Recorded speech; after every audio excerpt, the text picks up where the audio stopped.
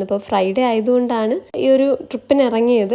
Saturday ആകുമ്പോഴത്തേക്ക് എല്ലാവർക്കും ഡ്യൂട്ടിക്കൊക്കെ പോകാനുള്ളത് കൊണ്ട് നേരത്തെ പോകണം, ഉറങ്ങണം എന്നൊക്കെ ഉള്ള ഒരു പ്ലാനിലായിരുന്നു. അതുകൊണ്ട് തന്നെ ഒരു ക്വിക്ക് ഷോപ്പിംഗ് നടത്തിയിട്ട് വീട്ടിൽ പോകാമെന്നുള്ള ഒരു പ്ലാനിലായിരുന്നു. കടയിലേക്ക് കയറി ഇതൊക്കെ പറഞ്ഞു പെട്ടെന്ന് ആവശ്യമുള്ള സാധനം എടുക്കാൻ പറഞ്ഞു. അപ്പോൾ ഞാൻ വന്ന് നോക്കിയപ്പോൾ എന്താണ് പെട്ടെന്ന് എടുക്കാൻ നോക്കുക, ഇങ്ങനെ നമ്മളിപ്പോൾ ഇതിനൊക്കെ വിശാലമായിട്ട് പരന്ന സാധനങ്ങളൊക്കെ കിടക്കുമ്പോഴത്തേക്ക് നമ്മൾ എങ്ങനെയാ അങ്ങനെ പെട്ടെന്നൊരു ഷോപ്പിംഗ് നടത്താമെന്ന് വെച്ചിട്ട് എന്നാൽ പിന്നെ എന്തായാലും ക്യാപ്ചർ ചെയ്തേക്കാം, അപ്പം നമുക്ക് പിന്നെ ആയാലും കാണാമല്ലോ എന്ന് വെച്ചിട്ടാണ് കേട്ടോ വീഡിയോസൊക്കെ എടുത്തത്.